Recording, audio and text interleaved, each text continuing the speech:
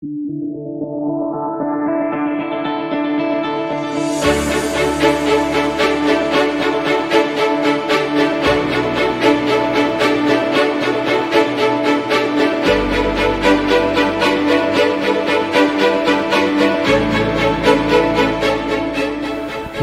мызымастығы мен территориямыздың бүтіндігі жолында борыштарын өтеп жүрген барша қарулас бауырларымызды келе жатқан отан қорғаушылар күні мерекесімен құттықтаймын.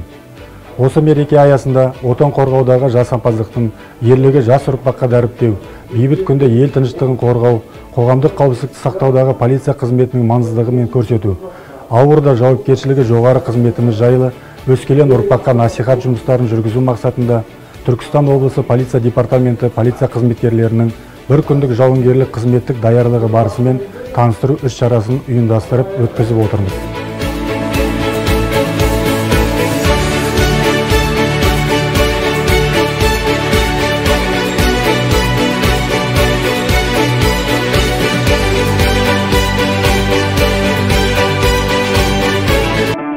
Біздің департаментке келген мақсатымыз полиция ағаларымыздың тыныс тіршілігі өмірімен жалпы танысу үшін келген жайымыз бар.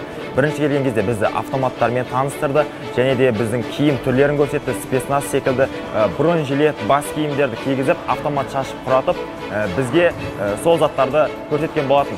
Жігіт болсаң, жігеріңді жасытпа, қайратыңа қайтамын деген Бауыржан Момышұлы атамыз. Сол себепті жігіттер қайратты, намысты болайық. Барлықтарыңызға рахмет, департамент басшылығына, ұжымына үлкен алғысымды білдіремін.